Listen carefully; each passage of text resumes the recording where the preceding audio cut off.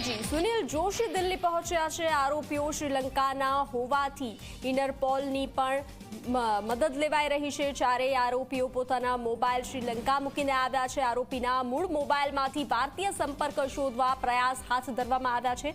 ગુજરાત એટીએસની ટીમો પંજાબ રાજસ્થાનમાં પણ તપાસમાં લાગી છે, તો તપાસ કરવામાં આવી રહી છે, તજવીજ હાથ ધરવામાં આવી છે। વધુ વિગત સાથે જોડાઈ ચૂક્યા છે સંવાદદાતા ઉદય રંજન। જી ઉદય, અમદાવાદમાંથી જે ઝડપાયેલા 4 આતંકીઓ મામલે મોટા સમાચાર સામે આવ્યા છે, શું છે વિગતો?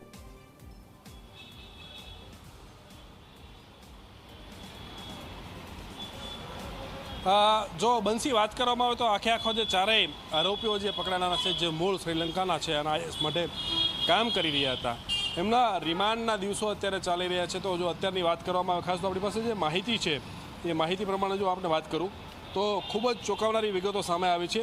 આ ચારેય આરોપીઓ પાસેથી 1 કિલો જેટલું ચાંદી જે છે મળી આવ્યું છે અને ચાંદીનો ઉપયોગ જે કરવાના હતા એ પ્રકારે કરવાના હતા કે જ્યારે કરન્સીઓ પૂરી થઈ જાય, જે શ્રીલંકન નાણું જે લઈને આવેલા હતા, ભારતીય નાણું જે આપણે ભેગું કરેલું હતું, આ પૂરું થઈ ગયા બાદ જે છે આ ચાંદી વેચી અને એ અહીંયા વસવાટ કે રહેવાના હતા અથવા તો આતંકના કામ માટે ઉપયોગ કરવાના હતા। આ સિવાયની બીજી મહત્ત્વની વાત કરવામાં આવે બંસી તો એટીએસના ડીઆઈજી જે છે સુનિલ જોશી એ અત્યારે દિલ્હી ખાતે પહોંચી ગયા છે। કારણ કે જો એની વાત એ છે સામે આવી છે કે જે પ્રમાણે શ્રીલંકન આરોપીઓ છે, ચારે આરોપીઓ પોતાનો મોબાઈલ જે છે એ શ્રીલંકામાં મૂકી અને અહીંયા આવેલા છે ને એ પહેલાં એ લોકો 40 વખત અહીંયા આવી ચૂક્યા છે। તો પોતાના જે મોબાઈલ ત્યાં મૂકીને આવ્યા છે તેમાં ભારતીય લોકોના સંપર્ક કોના અને શું છે તે માહિતી મેળવવા માટે અત્યારે સુનિલ જોશી જે છે ડીઆઈજી એ ઇન્ટરપોલ ખાતે એટલે કે દિલ્હી ખાતે પહોંચી ગયા છે। શ્રીલંકન સરકાર અને શ્રીલંકન MNC સાથે સતત સંપર્કમાં છે।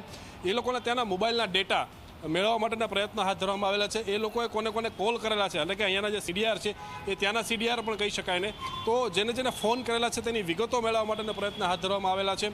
બીજી મહત્ત્વની વાત કરવામાં આવે તો ચિલોડા ખાતેથી જ્યાંથી હથિયાર મળી આવ્યા છે તેની આસપાસના વિસ્તારની અંદરથી કે રોડ ઉપરથી છેલ્લા 2 દિવસની અંદર, જે દિવસે આ બનાવ બન્યો અથવા તો જે હથિયારનો કબજો લેવામાં આવ્યો એ દિવસે 60,000 જેટલા વાહનોએ અવરજવર કરી છે। એટલે હવે 60,000માંથી ગુજરાત એટીએસે એ શોધવાનું છે કે કયા વાહનમાં હથિયાર લાવવામાં આવ્યા હતા અને મૂકવામાં આવેલા હતા, એ વ્યક્તિઓને શોધવામાં આવી રહ્યા છે। બીજી જો વાત કરવામાં આવે તો અત્યારે ગુજરાત એટીએસની 2 ટીમો જે છે રાજસ્થાન અને પંજાબ ખાતે તપાસ કરી રહી છે। કારણ કે ક્યાંક ને ક્યાંક જે આનું કનેક્શન જે છે માત્ર ગુજરાત પૂરતું સીમિત નથી રહ્યું, રાજસ્થાન અને પંજાબનું પણ નામ કે ત્યાંના લોકો જે છે એ હોવાનું સામે આવ્યું છે। અત્યાર સુધીમાં 30થી 40 લોકોની આ સંબંધે કે આ બનાવને લઈને પૂછપરછ જે છે ગુજરાત એટીએસે કરી ચૂકી છે, પરંતુ હજી આ પૂછપરછનો આંકડો જે છે વધી શકે છે। એટલે કે 40 લોકો જે થયા છે અત્યાર સુધીમાં 3 દિવસમાં, એ વધારે આંકડો થઈ શકે છે।